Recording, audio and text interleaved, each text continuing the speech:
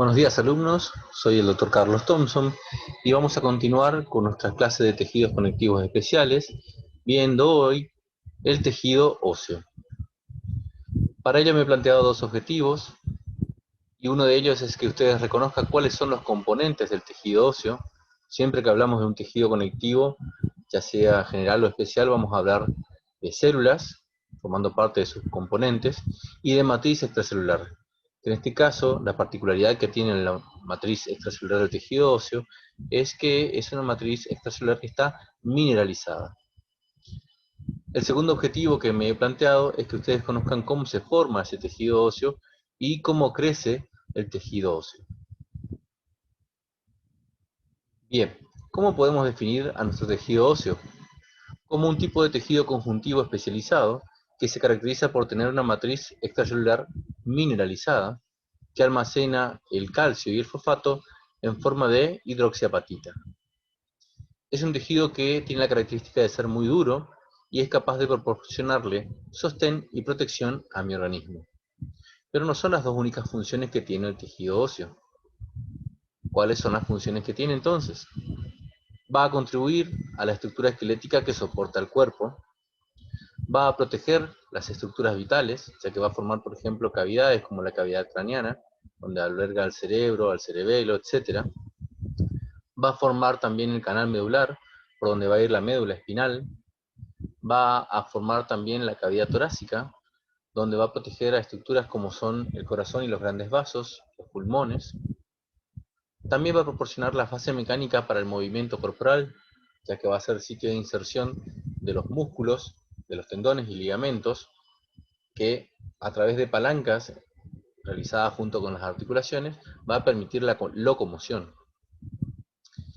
Van a ver que el tejido óseo, sobre todo en los huesos largos, van a presentar una cavidad y en esa cavidad se va a encontrar la médula ósea. Médula ósea que puede ser amarilla o roja y es el sitio donde se van a formar los glóbulos rojos, glóbulos blancos y las plaquetas, o sea, los elementos formes de la sangre. Además, este tejido óseo va a servir como sitio de almacenamiento del calcio y el fosfato, iones que son importantes en el metabolismo, fundamentalmente el calcio, por ejemplo, para la contracción muscular. Entonces dijimos que íbamos a ver los elementos celulares, los componentes celulares, y los componentes de la matriz. Iniciemos primero por los componentes celulares. En el tejido óseo nosotros vamos a encontrar 5 tipos celulares. 4 de ellos provienen o se originan a partir de la célula mesenquimática, que es la célula madre del tejido conectivo. Y uno de ellos, el osteoclasto, se origina a partir de los monocitos de la sangre, porque tienen justamente su origen en las células que son las llamadas unidades formadoras de colonias granulocíticas monocíticas de la médula ósea. Y van a formar parte del sistema fagocítico mononuclear. ¿Cuáles son estas células? Primero vamos a tener a las células osteoprogenitoras o células osteogénicas, que son células que derivan, como les dije a ustedes, de las células mesenquimáticas, que se diferencian a células osteoprogenitoras u osteogénicas y que son estas las que van a dar origen posteriormente a los osteoblastos, diferenciándose.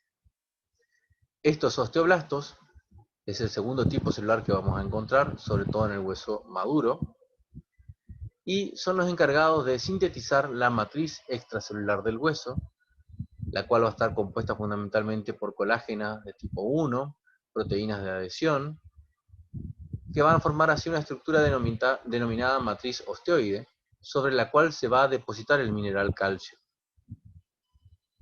Una vez que estos osteoblastos quedan encerrados dentro de esa matriz, la cual se va a ir calcificando, se van a ir transformando en los osteocitos, que son estas células que ustedes ven, que tienen una forma ausada, con prolongaciones citoplasmáticas que se van a ir metiendo dentro de la matriz, formando unos canales, que van a ponerse en contacto con osteocitos vecinos.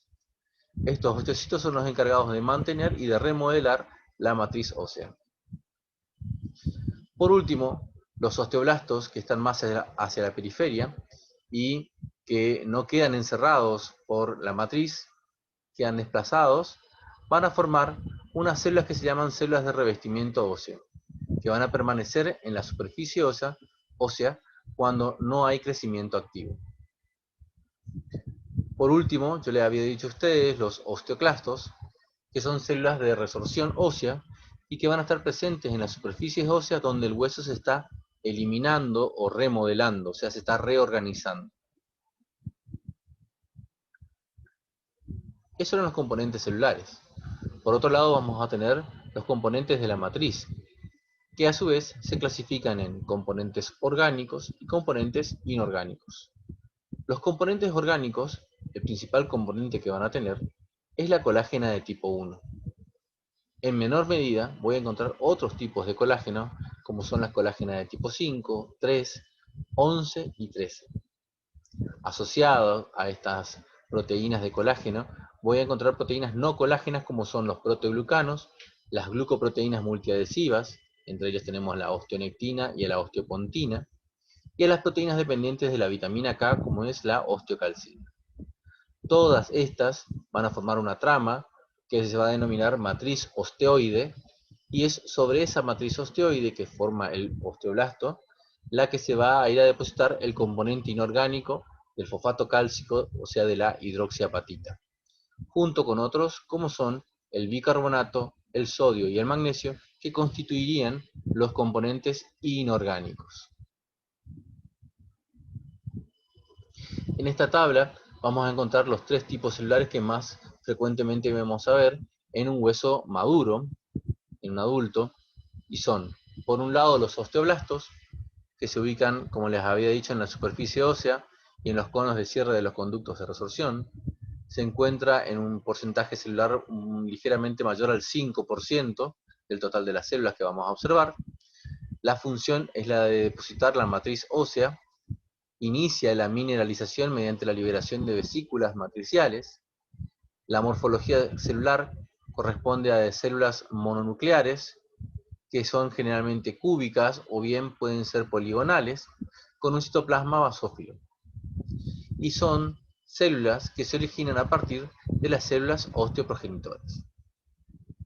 Por otro lado, vamos a encontrar a los osteocitos, que se encuentran alrededor de un 95%, que se van a encontrar en unos espacios, al igual que los condrocitos en el cartílago, que se llamaban los espacios lagunas o condroplastos. Acá vamos a tener también unas lagunas, las cuales van a estar ocupadas por estas células, los condrocitos, y que se van a denominar osteoplastos. Esos condrocitos van a enviar prolongaciones citoplasmáticas a través de la matriz, que van dejando canalículos o espacios que se denominan canalículos calcóforos, por los cuales van a ir las prolongaciones citoplasmáticas de estos osteocitos a ponerse en contacto con osteocitos vecinos. ¿Cuál es la función? La de mantener la matriz ósea, va a detectar la tensión mecánica y regular la homeostasis del calcio y del fosfato. Es una célula mononuclear pequeña y ovalada, con citoplasma pálido y que tiene esos procesos celulares extensos. ¿De quién se origina? Se origina del osteoblasto. Y por último, el otro tipo celular que vamos a encontrar es el osteoclasto, el cual va a encontrarse fundamentalmente en la superficie ósea, en los conos de corte de los conductos de resorción, se encuentran un poco más del 1%, y la función del osteoclasto es la resorción ósea por hidrólisis enzimática de la matriz ósea mineralizada.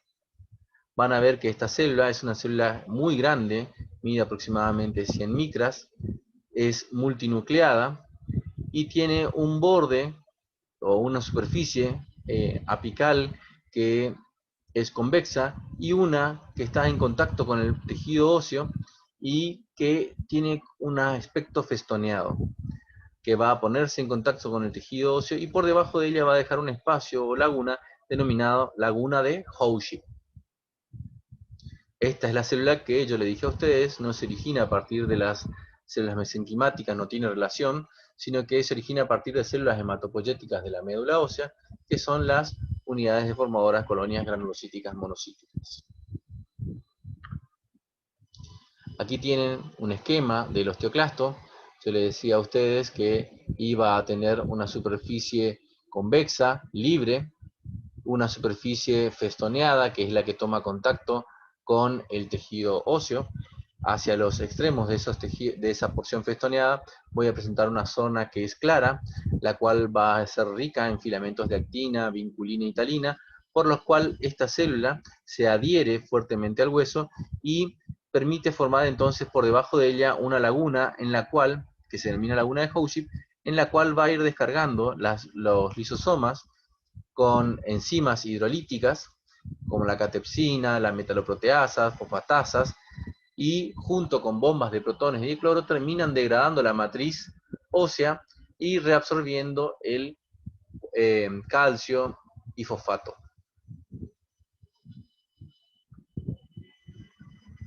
¿Cómo es la estructura general de los huesos? Los huesos, según su forma, lo podemos clasificar en 4 grupos. Huesos largos, que tienen una mayor longitud que las otras 2 dimensiones, y es el caso del hueso que estamos viendo acá, que es el fémur, como por ejemplo también puede ser la tibia, el húmero, el cúbito, el radio, los metacarpianos. Voy a tener otro tipo de huesos, que son los huesos cortos, en cuales las medidas, las 3 dimensiones tienen casi el mismo largo, y ahí hablamos de los huesos del carpo de la mano. Voy a tener huesos que se denominan huesos planos, que son generalmente delgados y anchos, como son por ejemplo los huesos que forman parte de la calota craneal, como los parietales, el occipital, el frontal, y huesos que no los puedo clasificar por la forma que tienen y no permiten entrar en ninguno de estos 3 grupos anteriormente hablados, que serían los huesos irregulares, como son por ejemplo los huesos de las vértebras o el hueso etmoidal. Si nosotros tomamos un hueso largo para comenzar la descripción, podríamos decir que tienen una forma tubular que se compone de 2 partes, una parte central que es la diáfisis y hacia sus extremos presentan las denominadas epífisis. En ellas voy a encontrar las superficies articulares. Entre las epífisis, ya sea la proximal o la distal, y la diáfisis, voy a encontrar un espacio que recibe el nombre de metáfisis. El exterior del hueso va a estar recubierto por una membrana de tejido conectivo que recibe el nombre de periósteo, que se adhiere a la superficie del hueso a través de unas fibras denominadas fibras de Sharpey. Ya se las voy a mostrar en otra imagen. A su vez, este hueso va a tener una porción por fuera que recibe el nombre de hueso compacto, ya que su interior no tiene la misma consistencia, sino que presenta un entramado trabecular que recibe el nombre de hueso esponjoso. Por dentro, la cavidad va a estar revestida por el endostio. Entonces, tengamos en cuenta que existe aquí, a diferencia de lo que pasaba en el cartílago, que solamente teníamos pericondrio, acá en el hueso tenemos periostio y endostio. Está recubriéndolo por dentro y por fuera. Este es un corte de un hueso largo, en el cual vemos la porción correspondiente al hueso compacto, la cavidad que tiene ese hueso, que estaría todo lleno de hueso esponjoso, y en él voy a encontrar a la médula ósea. Por fuera voy a encontrar una membrana de tejido conectivo que lo envuelve, que es el periósteo, y que se adhiere fuertemente a la superficie del hueso a través de unas fibras, que son las fibras de Sharpey. Por dentro voy a encontrar al endostio. En esta imagen que ustedes están viendo aquí, corresponde justamente a un hueso cortado en forma transversal. Veo el hueso compacto y adentro veo el hueso esponjoso. Por fuera voy a encontrar esta membrana que se tiñe un poco más intensamente, que es el periósteo, que va a tener una capa interna que está pegada al tejido óseo, que está compuesta por tejido conectivo laxo, vascularizado, con células osteoprogenitoras y osteoblastos. Y por fuera de esta capa interna voy a encontrar una capa externa, que es una capa que va a estar formada por tejido conectivo denso, también con vasos y con nervios. O sea, el periósteo presenta 2 capas. Mientras que el endostio, que es lo que recubre por dentro al canal medular, va a estar formado por una sola capa de células que tienen solamente células osteoprogenitoras o células endostiales, osteoblastos y osteoclastos. Pero este tejido, así como lo estoy nombrando a ustedes, no tiene el mismo origen no tiene la misma conformación histológica desde que se origina. Durante el desarrollo embrionario, el hueso se denomina hueso inmaduro, y van a ver que va a estar formado por osteocitos que se encuentran desordenados, y entre ellos discurren vasos sanguíneos, y estos van a ir luego adoptando una forma circunferencial, una disposición circunferencial en relación a las fibras de colágenas, para transformarse así en el hueso maduro, que es el hueso que vamos a ver nosotros en el adulto ya, que se llama hueso lamelar, y en el cual van a encontrar que las fibras colágenas se disponen dando laminillas concéntricas en relación a un conducto central, que van a definir una estructura después que se denomina osteona. Van a encontrar varias osteonas, y entre ellas laminillas que no forman parte de las osteonas, que se denominan laminillas intersticiales. Entre esas laminillas voy a encontrar las lagunas, las cuales van a estar ocupadas por los osteocitos. Eso es en el hueso compacto.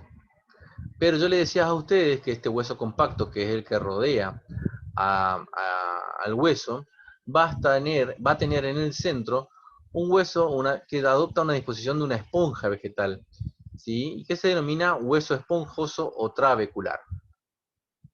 El hueso compacto va a estar por fuera, por debajo del periósteo, que lo va a estar recubriendo, mientras que la malla esponjosa de cordones va a formar el hueso esponjoso en su interior, que va a estar en relación con la médula.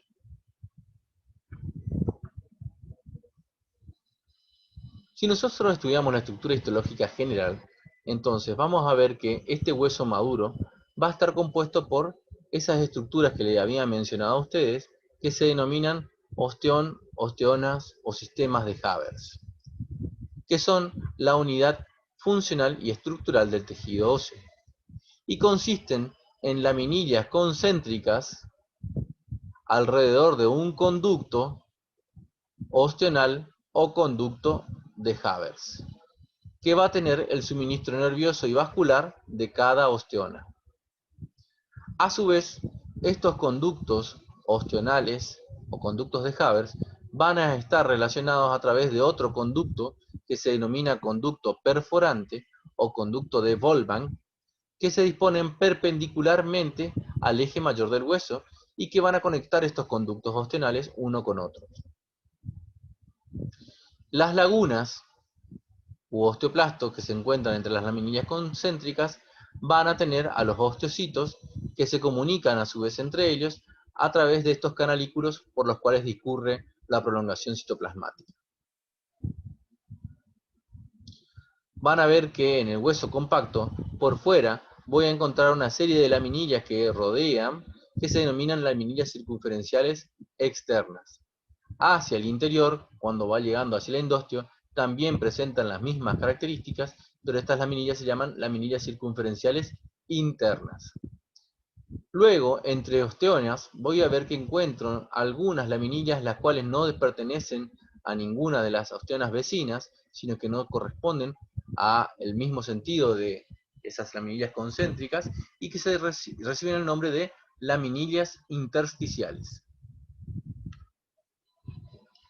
Nuevamente, para que quede claro entonces cómo está conformado un osteona o sistema de Havers, por un conjunto de laminillas circunferenciales, las cuales presentan en su interior lagunas, que son los osteoplastos, donde voy a encontrar a los osteocitos. Presenta un canal central, que es el conducto de Havers, por donde va el paquete básculo nervioso de cada osteona, y entre conducto de Haber y conducto de Haber voy a encontrar comunicaciones que son los conductos o canales de Volkmann.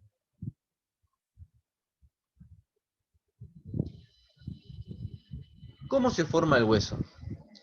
Nosotros vamos a ver que la osificación se puede clasificar en dos tipos: osificación intramembranosa y osificación endocondral. En el primer esquema vemos a la osificación intramembranosa. Aquí no participa un precursor de tejido cartilaginoso en su formación, sino que se forma directamente a partir de tejido mesenquimático. Es la que se va a producir en los huesos planos del cráneo, en la mandíbula, en la clavícula incluso. Y comienza con células osteoprogenitoras mesenquimatosas que se van a diferenciar a osteoblastos, y estos osteoblastos van a sintetizar eso que se ve allí con un color rosado, que una matriz rica en colágena de tipo 1 y proteínas de adhesión como osteonectina, osteocalcina, que es el osteoide. Sobre esa matriz osteoide se va a ir produciendo la mineralización, y así es que los osteoblastos se van a ir retirando y sintetizando matriz osteoides para que se vaya produciendo la calcificación. Algunos osteoblastos quedan incluidos dentro de esa matriz y pasan a llamarse osteocitos. Se van a ir formando de esa forma islotes, los cuales se van a ir fusionando y van a ir formando luego un tejido trabecular que luego va a quedar revestido por fuera por osteoblastos, por dentro por células endosteales y por osteoclastos. Así va a terminar formándose ese molde de tejido óseo que va a ir originando a los huesos planos. En el caso de la osificación endocondral, que es el segundo esquema que tenemos acá, vamos a utilizar un molde de cartílago hialino que sirve como precursor, como por ejemplo ocurre en los huesos largos como el fémur, la tibia, el cúbito, el radio. Este esquema se los voy a explicar más adelante, pero básicamente van a ver que rodeando a ese tejido cartilaginoso, a ese molde de tejido cartilaginoso, se va a formar una cápsula de tejido conectivo que va a formar un periósteo, por el cual luego va a entrar un vaso sanguíneo y va a llevar las células osteoprogenitoras hacia su interior y va a formar un centro de osificación primario. Este centro de osificación primario va a ser seguido luego por dos centros de osificación que se forman en las extremidades distales y proximal del tejido óseo, o sea, en la epífisis, y van a formar centros de osificación secundario, dejando entre el centro de osificación primario del cuerpo y los centros de osificaciones secundarios un pedazo de cartílago que se llama cartílago epifisario, que se los voy a mostrar más adelante. Acá para que vean una imagen histológica de cómo es la osificación intramembranosa, lo que yo les decía, estas eran células mesenquimáticas, las cuales se iban a diferenciar a células osteoprogenitoras, iban a formar osteoblastos, iban a sintetizar una matriz, que es la matriz osteoide, sobre la cual se iba a depositar el mineral de calcio. Algunos quedan atrapados, osteoblastos quedan atrapados dentro de esa matriz osteoide, los otros quedan por fuera rodeándolo. Esos que quedan atrapados se van a empezar a llamar ahora osteocitos y se van a encargar solamente de mantener esta matriz, mientras que los osteoblastos siguen sintetizando matriz osteoide para que se sigan formando más hueso calcificado. Estas imágenes de espículas que están viendo ustedes aquí en el esquema se corresponden con estas otras que ustedes ven acá, de color eosinófilo, donde voy a encontrar en su interior células en unos espacios claros o lagunas. Esos son los osteoplastos, y las células son los osteocitos. Por fuera veo cómo revisten estas células que tienen un aspecto cúbico, ¿sí?, que corresponderían a los osteoblastos. Y ese espacio claro que hay por delante de ellos corresponde a lo que es la matriz osteoide. Esto es un preparado de osificación intramembranosa teñido con técnica de hematoxilina ósea. En el caso de la osificación endocondral, yo les había dicho que se formaba a partir de un molde de cartílago hialino, que a continuación las células osteoprogenitoras que rodean a este molde se diferencian en células formadoras de hueso y van a iniciar a depositar hueso en la superficie del cartílago, formando algo que se llama collar óseo periosteal, y después van a ingresar junto con el vaso, con la arteria nutricia del hueso, a la diáfisis y van a empezar a formar un centro de osificación primario. Este centro de osificación primario va a ser continuado luego por centros de osificaciones secundarios y van a estar separados ambos por un disco que se llama disco epifisario, que es la porción de cartílago que provee una fuente nueva encargada del crecimiento óseo, y es lo que va a permanecer durante la niñez y la adolescencia. El disco epifisario tiene varias zonas y que van a ir desde el cartílago en reposo o cartílago en reserva, luego el cartílago en proliferación, luego viene el cartílago en hipertrofia, donde las células se agrandan, y por último vamos a tener la zona de cartílago en calcificación y resorción. El cartílago calcificado y reabsorbido es el que va a ser sustituido por tejido óseo. Aquí, para que se entienda, un esquema y al lado la osificación endocondral con técnica de hematoxilina eosina. Estamos viendo la zona donde está el cartílago epifisario, donde voy a tener la zona del cartílago en reposo, como nosotros habíamos estudiado el cartílago hialino, con los condrocitos tranquilos, dispuestos en sus lagunas, ¿sí? Luego, como por debajo viene el proceso de osificación, para que el hueso no quede corto, lo que hace estos condrocitos es empezar a crecer en forma intersticial, empiezan a formar grupos isógenos lineales. Fíjense cómo se forman grupos isógenos lineales, como forman como pilas de monedas, ¿sí? Lo que me permite crecer en longitud. Luego, a esa zona se denomina zona de proliferación. Luego, esos condrocitos empiezan a aumentar de tamaño porque acumulan glucógeno, acumulan lípidos en su interior, y va haciendo que los espacios que quedaban de matriz interterritorial empiecen a disminuir, a quedar más chicos. Esa zona se denomina cartílago en zona de hipertrofia.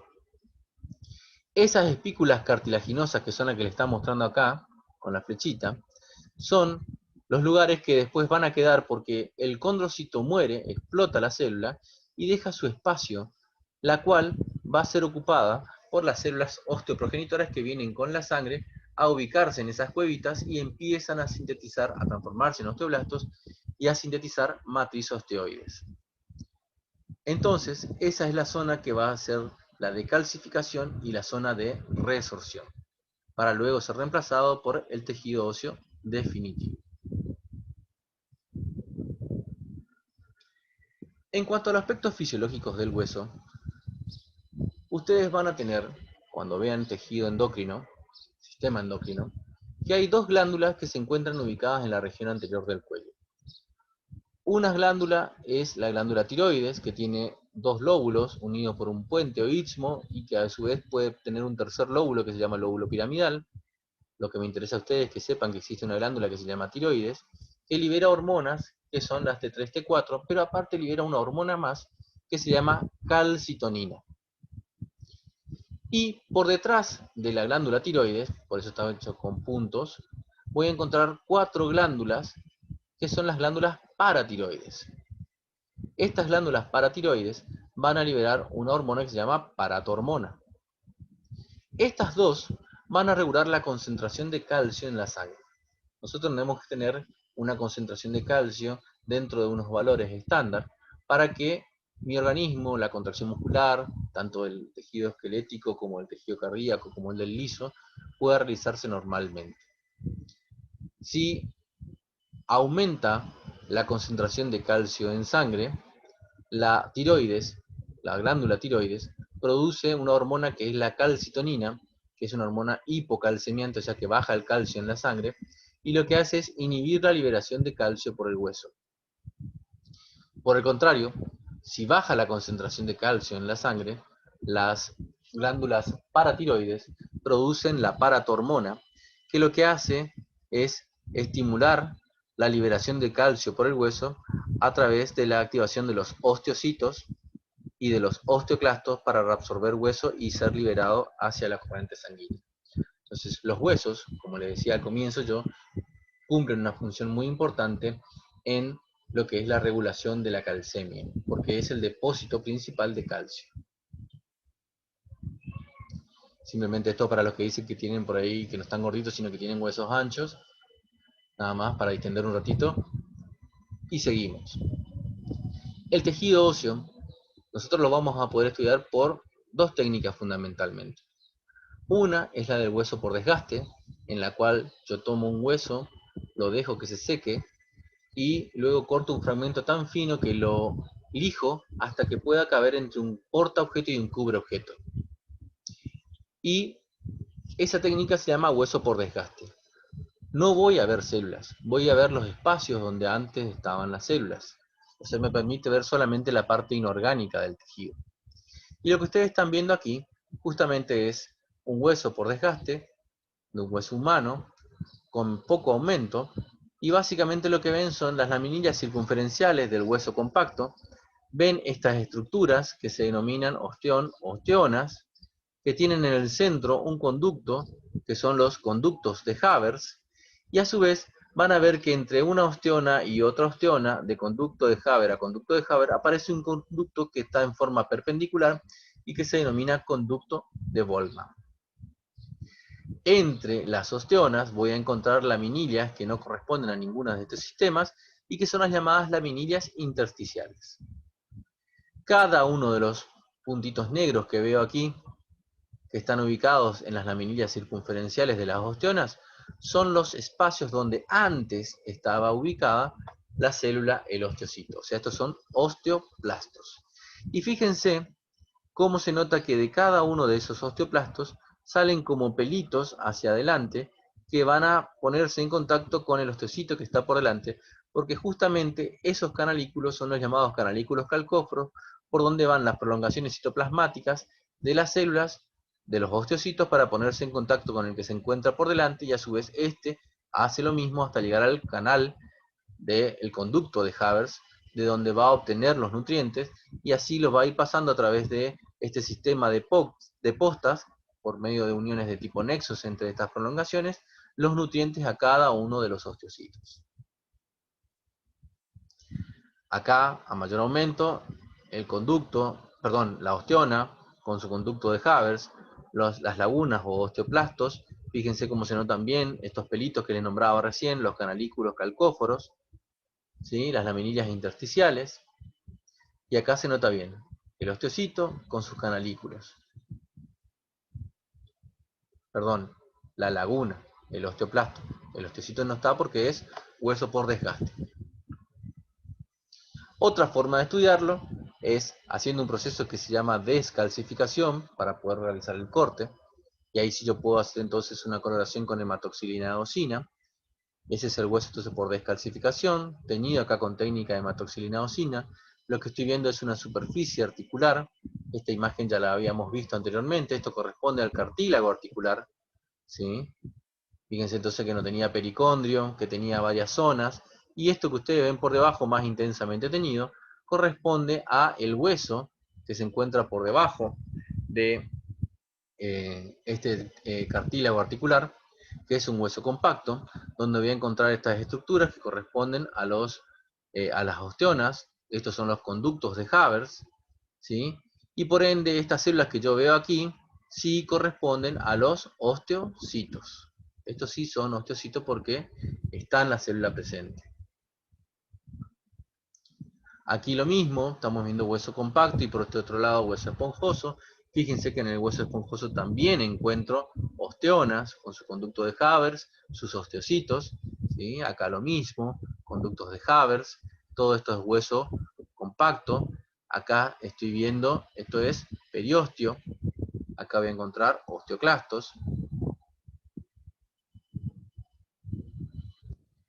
Y acá veo lo que les había mostrado anteriormente, la osificación endocondral, en el disco de crecimiento epifisario, donde voy a encontrar todas las zonas de la osificación endocondral, la zona del cartílago en reserva, ¿sí? Donde los condrocitos están en sus lagunas, tranquilos, luego reciben el estímulo para que empiecen a proliferar, a multiplicarse y a formar grupos isógenos, y esta es la zona de proliferación. Luego continúa esta zona donde se aumentaron de tamaño, empiezan a acumular lípidos y glucógenos, que es la zona de hipertrofia. Por último, esa célula muere, dejan los espacios, las espículas de cartílago, en la cual van a estar llegando la médula ósea con las células osteoprogenitoras a empezar a producir esa matriz ósea o matriz osteoide que se va a ir luego calcificando. Entonces esta va a ser la zona de calcificación y la zona de resorción.